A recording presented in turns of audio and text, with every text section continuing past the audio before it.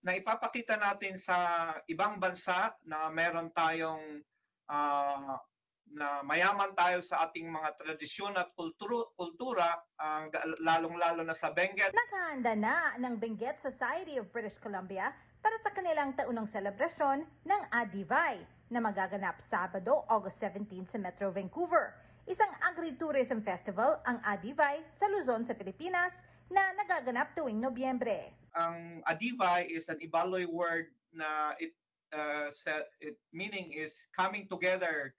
At least kahit sa isang taon man lang ay nagkikita-kita tayo, nagtitipon-tipon para i-celebrate ang ating tradisyon at kultura. Sa selebrasyon ng Adivay, ibinabahagi ng ilang mga tribo at Filipino indigenous groups galing sa 13 mga bayan sa probinsya ng Benguet ang kanilang mga produkto, pagkain at kultura. And with the 300 years of 300 plus years of the Spanish occupation as a whole, and of course Americanization and so on, we remain, because of our geographic location, we are far off in the mountains, that we were fairly influenced by colonialism. Maaari raw maranasan ng mga bibisita sa Adivay sa Burnaby Foreshore Park sa Sabado ang ilan sa mga tradisyon ng mga taga-Benguet.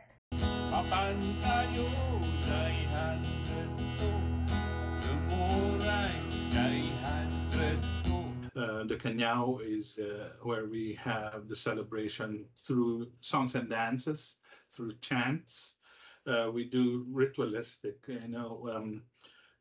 we're animistic people. Ipinagmamalaki rin ng Benguet Society of British Columbia, hindi raw ikinahihiya ng mga kabataang lumaki na sa Canada ang mga tradisyon ng kanilang mga ninuno. But what I'm very most proud of is this youth.